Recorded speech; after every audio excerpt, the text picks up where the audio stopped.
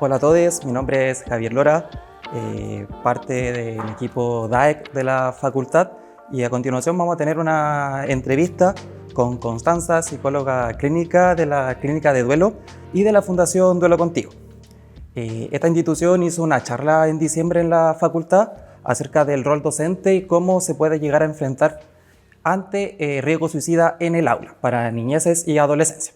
Entonces, a continuación, vamos a hacer una entrevista con ciertas preguntas orientadas a esta temática y también a lo que es las conductas de riesgo a nivel general. Así que muchas gracias por esta entrevista, Constanza. Hola, ¿cómo estás?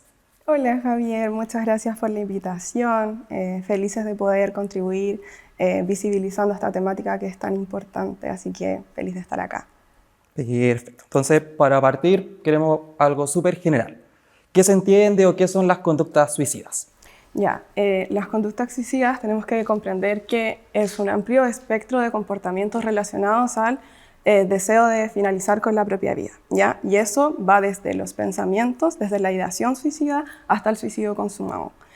Tenemos los gestos suicidas, que es cuando las personas se realizan autolesiones. Tenemos la planificación suicida, que la persona ya tiene un plan, ya tiene pensado el método, lo que va a realizar.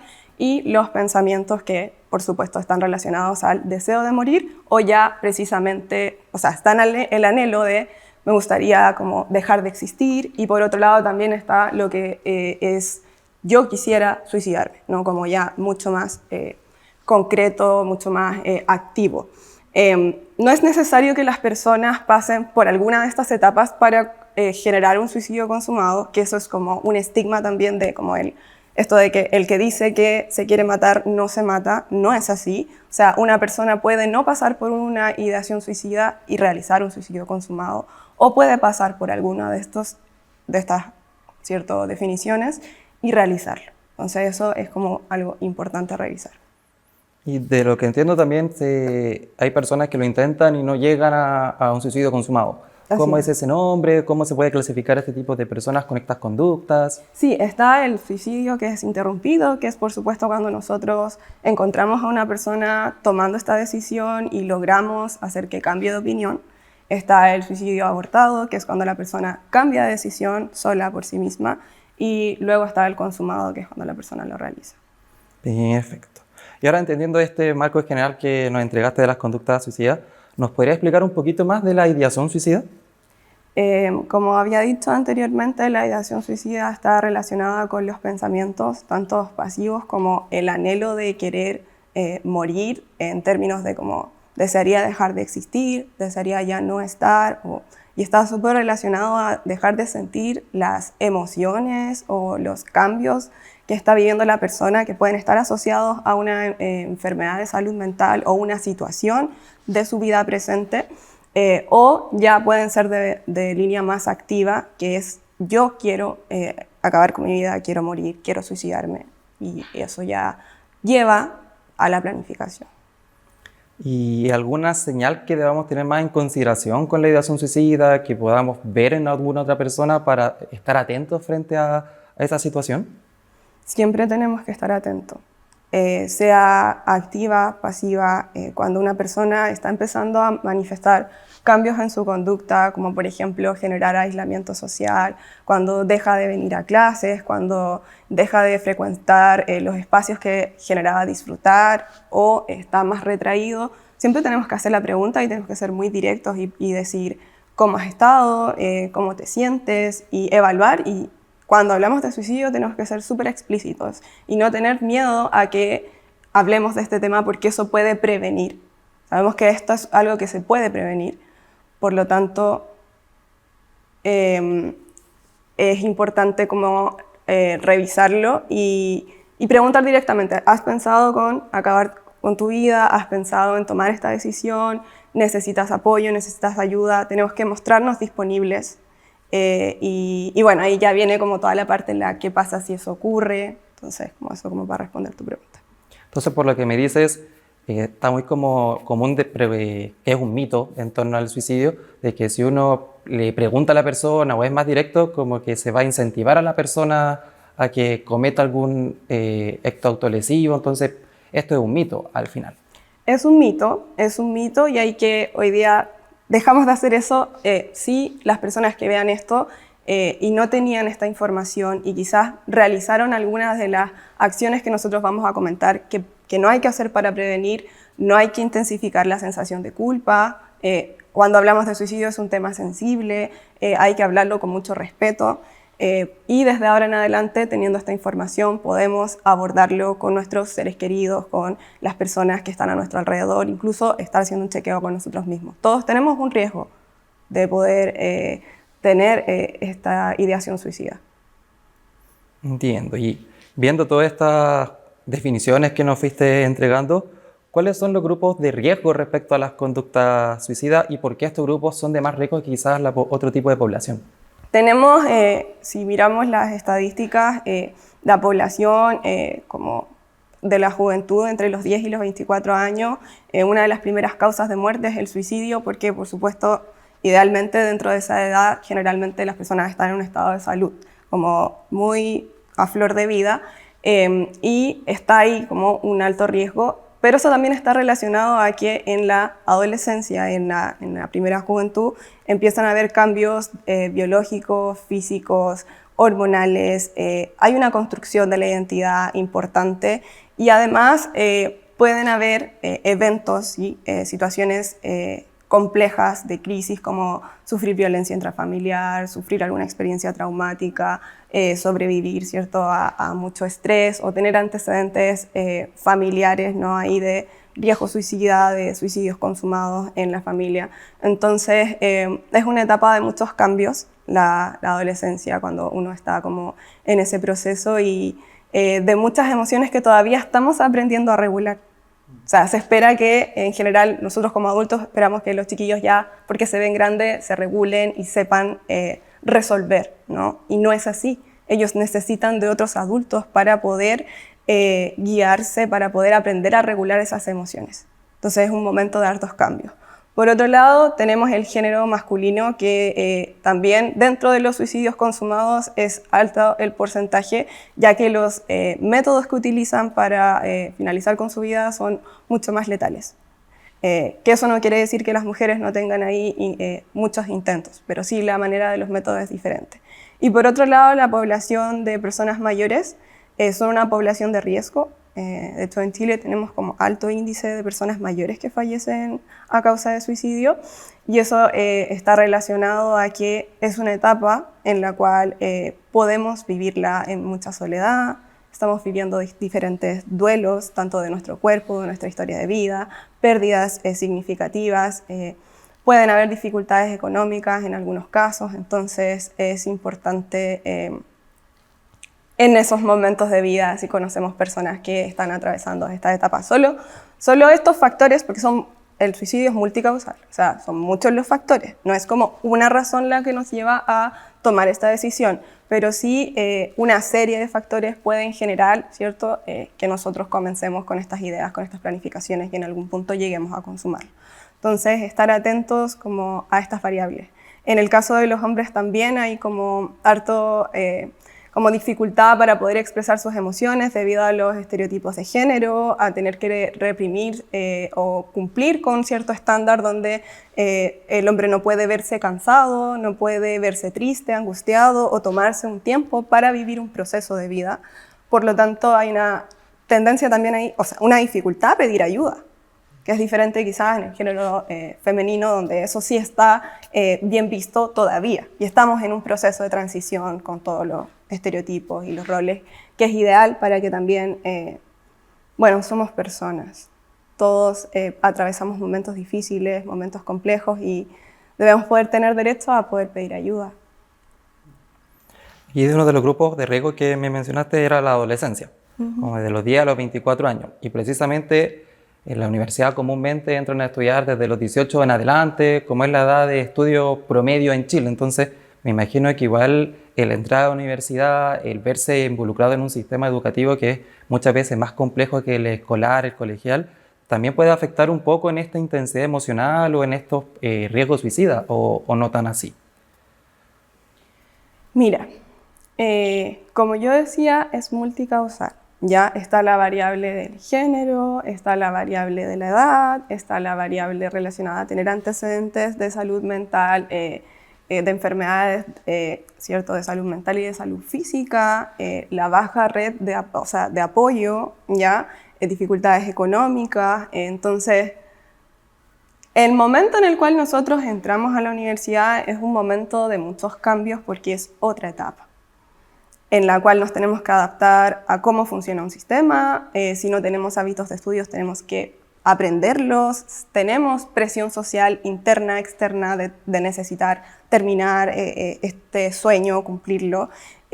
Y el riesgo está relacionado a estos factores, como si no tengo una red de apoyo, amigos, familia, a quien yo pueda sentir que puedo acudir cuando estoy cansado, cuando tuve una nota que no esperaba, o no comprendí las clases. Eso va empezando a generar riesgo, ¿sí? Como el bajo apoyo. Por otro lado, si tengo una dificultad económica en medio de la carrera, sí, y tengo esa presión o tengo otros roles, si no tengo ahí la posibilidad de revisar si estoy desarrollando, por ejemplo, una situación de salud mental, si tengo una depresión, no tengo acceso a servicios de salud. Eso es súper importante y de hecho en los índices como ya más, hay algunos espacios rurales que también tienen alto índice de suicidio asociados a esto, como al acceso del servicio de salud. Generalmente un adolescente o un adulto no llega, o sea, un adolescente o un joven no llega al hospital o al CEFAM diciendo como tengo riesgo suicida. Lo que pasa es que llegan cuando ya hay un intento o cuando esto ya fue consumado. Entonces, eso también es otro riesgo, como no hay como un trabajo, hoy día como sociedad estamos haciendo un esfuerzo por tratar de integrar esto que estamos haciendo hoy, de conversarlo, de visibilizarlo, de mostrarlo. Es otro esfuerzo en términos de la prevención y de poder cuidar nuestra salud mental, que finalmente somos nosotros.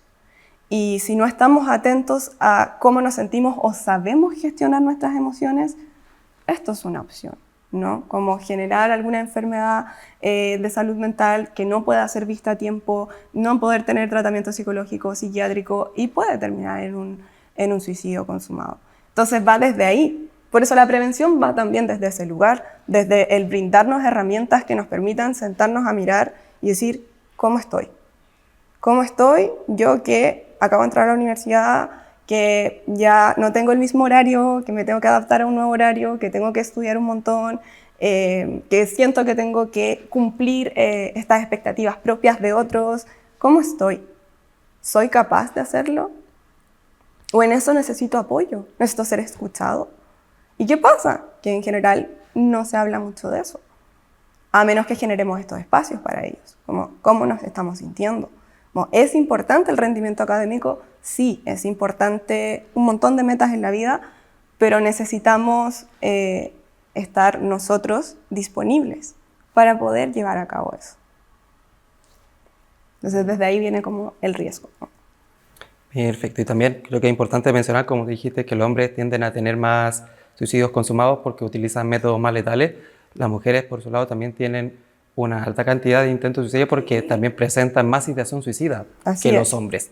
Y también, como tú dijiste, se da por todo este contexto social, todo este contexto como de género, que todavía se está en una transición, todavía está en cambio, pero es importante recalcar que las mujeres también tienen una alta tasa de intentos suicidas, pero usan métodos menos letales finalmente que los hombres. Así es, o sea, en la estadística como un iceberg no podemos ver y decir como sí, las mujeres también están presentes porque no están en la parte de lo consumado, pero hay un montón de intentos y de hecho todo lo que tiene que ver con ya las conductas como autolesivas, ¿no? Con estos gestos suicidas de estoy atravesando un momento de profundo dolor, no puedo más, la única manera de poder regular mis emociones es autolesionarme porque es vivir un momento de alta intensidad emocional que luego trae una liberación de endorfinas y un relajo para el cuerpo. Entonces, hay necesidad de apoyo de salud mental en todos los espacios y en todos los rangos etarios en este momento, pero sí es importante estar atentos. Me comentaste un poco ahí del apoyo que pueden tener las personas cuando están en riesgo suicida, entonces quería hablar un poco de ese tema, de cuáles son los factores de riesgo y protectores que tienen las personas cuando están en riesgo suicida. Sí, como venía mencionando, están relacionados con poder tener, por ejemplo, redes de apoyo, poder tener un entorno familiar que pueda ser ahí también un sostén, ¿cierto? Que si hay alguna enfermedad, ya sea una enfermedad de salud mental o una enfermedad física, pueda tener un acceso a tratamiento, a salud, y si hay barreras para eso, entonces sería un riesgo, como que estoy diciendo, por los dos lados, ¿no? Si tenemos bajo apoyo, entonces es un riesgo. Si hay algún evento significativo como altamente estresante que pueda implicar, por ejemplo, un duelo, una experiencia de violencia, una situación compleja que pueda ser traumática y la persona no puede recibir el apoyo que necesita, como la intervención adecuada, todo ese proceso va a quedar condensado, ¿no?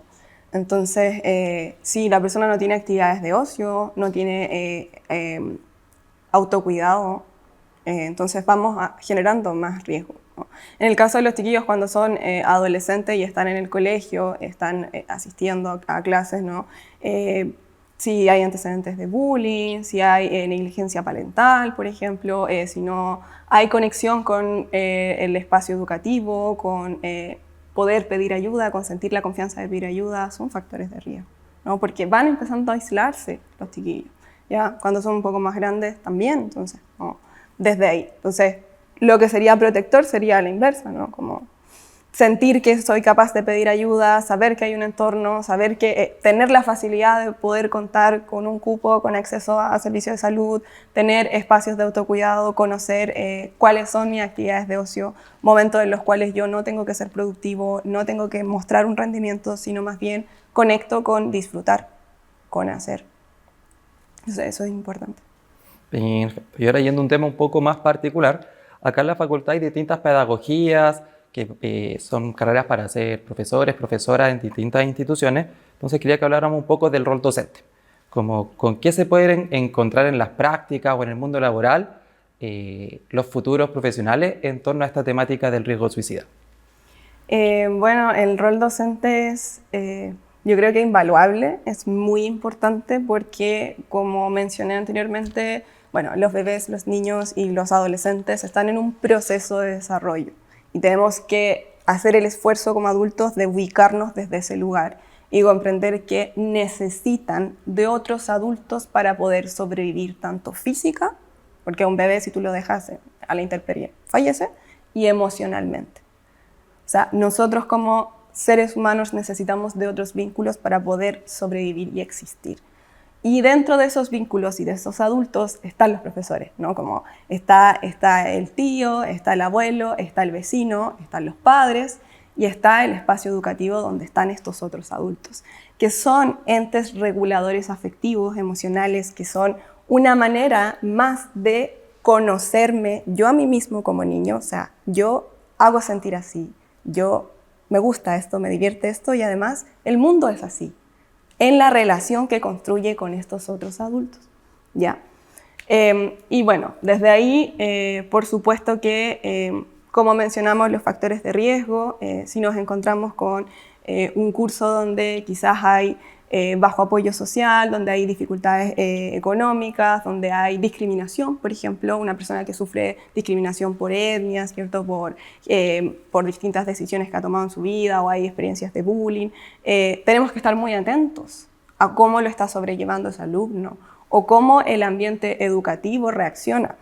Todos los colegios, bueno, hoy día desde el Mineduc hay una guía de prevención del suicidio importante, hay un cuestionario que aplicamos, que adaptamos de hecho a Chile para población chilena, que en ese caso lo tienen que aplicar los profesionales del área de la salud mental que están dentro de este espacio educativo o los que estén formados. Entonces, ellos cuando llegan a su práctica es muy importante que pregunten cuáles son los protocolos. ¿Cuál es el protocolo que tiene esta escuela? Cuando hay ideación suicida, cuando hay una autolesión, cuando hay un intento suicida dentro de la sala de clases o cuando fallece alguien del contexto educativo a causa de suicidio. ¿Cómo abordamos esa posvención? Entonces, si los chiquillos llegan y hacen esa pregunta y se asesoran tanto con el espacio de convivencia escolar, con el director, y pueden conocer los roles o cómo es su participación, a quién acudo. Le aviso al psicólogo del colegio, le aviso a la encargada de PIE, le aviso al director. ¿Quién está encargado de comunicar esta noticia? Nos vamos a reunir y siempre lo que tiene que ver con el riesgo suicida se ve desde la promoción, desde la prevención, ¿no? Que era lo que hablábamos anteriormente, como cómo están los chiquillos, la salud mental, cómo gestionamos la rabia, cómo gestionamos las emociones, la frustración, qué espacios recreativos tenemos, qué espacios de reforzamiento, de cohesión social generamos para los chiquillos, para que si ese bajo apoyo que está fuera de casa pueda estar dentro de este espacio, ¿no? Entonces, ¿qué se pueden encontrar? Se pueden encontrar de todo, pero es importante que sepan qué hacer y eso lo aprendan desde un principio, porque esto sí pasa. Y lo que se tiende, también ese es otro estigma, como, no, esto jamás va a pasar, o como, esto no me compete, y entonces ahí ya solamente el hecho de que un profesional sea no del área de la salud mental, sino de cualquier otra índole, se sienta capacitado para poder abordar a un otro, es prevención. Entonces, desde ahí, el conocer cuáles son los protocolos, quién aplica este cuestionario, qué se hace y siempre, siempre acompañar y hacer un seguimiento a la persona que puede estar con riesgo suicida. Y entendiendo como esta importancia del rol docente como una persona importante dentro del crecimiento del niño o la niña durante la época escolar, ¿nos podrías dejar alguna técnica que se pueda aplicar en estos contextos? Cuando vemos que quizá hay un niño, una niña, un adolescente presente y tenga alguna de este tipo de conductas. Sí, o sea, es importante que nos podamos acercar a hablar con ellos, ¿ya? Depende también del contexto de la intervención. Pero yo creo que lo básico que puedo hoy día mencionar tiene que ver con que podamos construir una relación de confianza, que los chiquillos puedan saber que estamos disponibles y hacer estas preguntas así de específicas, como te veo que te estás aislando, veo que hay dificultades, como ¿has pensado con acabar con tu vida? ¿Esto es una idea que ha venido? Como veo que te estás comportando así, como yo estoy. O sea, directamente hay que hacer la pregunta. Y los chiquillos hacer la derivación correspondiente, ¿cierto?, a el protocolo interno que tiene en el espacio educativo y, en su caso, si es necesario, ¿cierto?, a una red de salud. ¿Ya? Pero que ellos puedan saber que nosotros vamos a acompañarles, que estamos disponibles para escucharles y vamos a estar en el proceso. Como también naturalizar, ¿no? Naturalizar que es un momento de la vida de alto sufrimiento, de dificultades y que ese momento va a pasar. Y como adultos estamos para ellos. Así como estamos para pedirles, para exigirles, para otras cosas, también estamos para este momento. Entonces es muy importante estar atentos y acercarnos, conversar con ellos, crear un espacio de confianza. Obviamente no vamos a hacerlo en un espacio público, buscamos un espacio tranquilo para conversar con ellos, un momento adecuado. Siempre tenemos que notificar, relevar esta información, porque si somos profesores, no somos profesionales del área de salud mental, entonces no es nuestra responsabilidad monitorear la sintomatología, sino es nuestra responsabilidad notificar para que eso tenga un seguimiento. Y estar atentos, ¿no? Y ver quién va a hablar con esta familia y desde ahí qué atención va a recibir, atención de salud mental, qué plan se va a crear desde ahí. Es muy importante, bueno, y entre las acciones como para prevenir el suicidio, ahí están los planes preventivos, ¿no? Y está por otro lado el retirar todo tipo de objetos cortopunzantes, ¿no? Como que lo más efectivo está relacionado a eso y a crear planes conductuales específicos que estén relacionados con que el joven pueda identificar como me estoy empezando a sentir así o tengo que estar atento cuando me siento así, lo reconozco, ¿qué puedo hacer cuando me siento así? Llamo a esta persona, me relaciono con esta otra, respiro, técnicas de mindfulness, la técnica de como la compresa fría, ¿cuál es la técnica? Y esa la va a diseñar el profesional de salud mental con el estudiante, pero nosotros como profesionales que estamos todo el día con ellos, tenemos que conocer esos planes y poder aplicarlos con ellos, ¿no? Yo sé que una sala de clase está llena de chiquillos, que uno está full y además uno tiene objetivos de aprendizaje. pero necesitamos un cerebro que no esté en un alto nivel de estrés disponible para poder procesar y generar y consolidar ahí aprendizajes, ¿no? Entonces, esto es como muy importante. Entiendo, es como ir sabiendo también el rol que le corresponde finalmente al profesional del área Exacto, educacional. Sí, y construir equipo y ser red y saber con quién puedo hablar y con quién puedo derivar y cuánto implica. Obviamente va a haber lista de espera y el psicólogo quizás del colegio va a estar a full, entonces, ¿qué hacemos ahí? Como, ¿cuánto lo monitoreo yo? ¿Cuánto lo monitoreas tú? Como, tampoco quedarnos en el, bueno, ya pasó y después nos arrepentimos, ¿no? Sino, hagamos algo al respecto.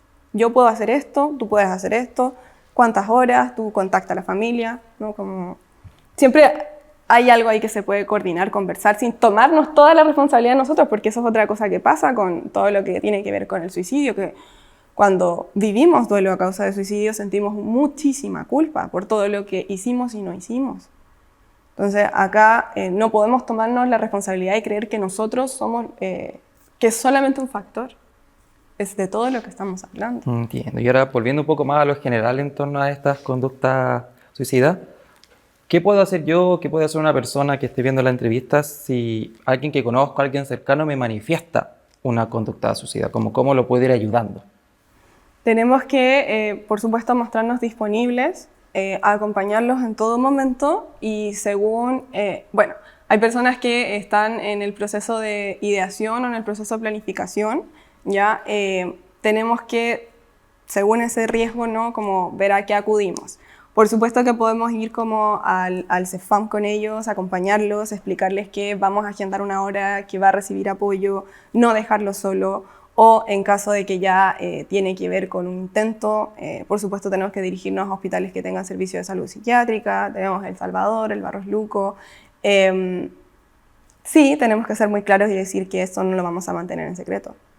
O sea, aquí el riesgo es la vida del otro y el afecto y el amor y el cuidado es importante y nosotros tenemos que también cuidarnos. O sea, si tenemos un ser querido que está constantemente con ideación suicida, necesitamos una red de apoyo también que pueda sostener y acompañar a este otro, ¿ya? Entonces evaluamos, hacemos un chequeo, hacemos una primera acogida y tenemos que tener disponibles los números, ¿cierto?, de atención. Tenemos una línea de prevención del suicidio actualmente que es 4141, que es donde pueden entrar a una plataforma y directamente conectarse con un profesional del área de la salud mental que va a sostener y que va a generar una derivación a una persona que está con ideación suicida, planificación, que es un plus hoy en nuestro país. Entonces, alternativas hay. Pero es normal que la primera reacción que tengamos sea como, esto es terrible, mejor no lo voy a hablar. ¿Sí? Como una tendencia como a dejarlo ahí y podemos sostenerlo. Podemos hacer la pregunta, ¿estás pensando esto? ¿Esta es una idea que tienes? Como, yo estoy aquí para ti, esto es un momento, podemos hacer algo al respecto y estos son los pasos. Y dejarles claro, como, vamos a hacer esto. Sobre todo si son niños y adolescentes, como, vamos a pedir hora con este profesional, esto va a pasar en la sesión, esto requiere un tratamiento, puede que requiera una internación, requiera tratamiento farmacológico, porque necesita también la persona saber qué va a pasar, ¿no? En lo inesperado está el estrés, la angustia, la ansiedad y el riesgo de que la persona se vaya, ¿no? Todo eso. Entonces, acoger, ser empáticos, conectar con el otro, ser honestos y tomarlo en serio. Entonces, como lo fui diciendo, es importante como acompañar, acoger a la persona y también en el caso de que haya una intención suicida como con planificación y que esté bien activa, acompañarlo a un centro de salud que contenga urgencia, pero también es importante mencionar que no necesariamente tiene que ser una urgencia psiquiátrica, sino que la que está a la mano, sí, la que esté más disponible, deberían recibir y en el caso de que exista atención psiquiátrica, mejor aún. Por supuesto. Pero es importante mencionar que vayan a cualquier urgencia, Así porque es. ahí van a poder administrar los medicamentos necesarios y hacer las derivaciones correspondientes. Así es. Entonces eso es muy importante de que pueda quedar ahí bien claro para quienes estén viendo esta entrevista. Y también, finalmente, como una de las últimas preguntas en torno a la postvención, como ¿qué se hace en este tipo de actividades? ¿Cómo es la postvención de las conductas suicidas? Si nos podría hablar un poquito de esa área. Es todo el acompañamiento que realizamos a las personas que están viviendo un duelo a causa de suicidio y también está relacionado a la prevención. A propósito de que se encuentran viviendo un momento complejo y que uno de los indicadores o factores de riesgo es tener un familiar que haya fallecido a causa de suicidio. Entonces nosotros vamos a prevenir y acompañar y sostener en la posvención, que son todas las acciones preventivas luego de que ha fallecido alguien a causa de suicidio, ¿ya?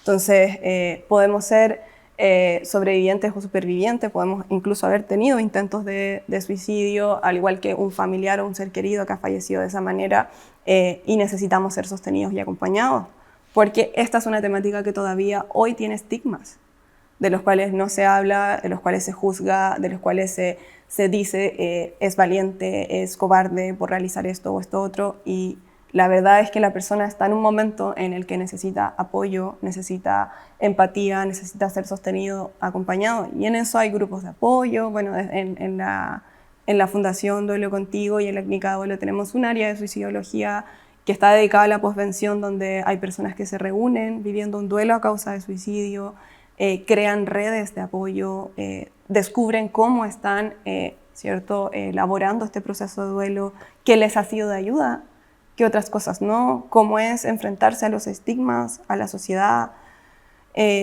cómo es haber sobrevivido y también, a propósito de eso, empezar a elegir vivir pese a esto. Entonces, es muy importante, es un área muy importante y es algo que no podemos dejar de lado, ¿no? Como por un fallecimiento, una persona que fallece a causa de suicidio, quedan 8 personas afectadas, por lo menos, alrededor de esa. Y así vamos generando más y más y más. Entonces, se invisibiliza, pero es algo que nos afecta, que es importante y que tenemos que, a propósito de la prevención, poder cuidar, ¿no? Como al otro. Perfecto, Constanza. Te queremos agradecer por esta entrevista, que nos queda bastante claro los distintos niveles que tienen las conductas de riesgo suicida, tanto desde las primeras infancias hasta, como tú dijiste, los adultos mayores que también presentan altos índices de suicidio, también con cómo puede actuar el rol docente frente a este tipo de instancias. Así que muchas gracias por la entrevista y esperamos poder volver a contar con ustedes para alguna otra intervención acá en la universidad. Muchas gracias. Muchas gracias por la invitación. Bueno, eso sería. Les dejamos a todos invitados a que se acerquen también a la DAEC si pasan por alguna de este tipo de situaciones, si conocen a alguien de la facultad que puede pasar por algún tipo de riesgo suicida, porque estamos para acompañarles.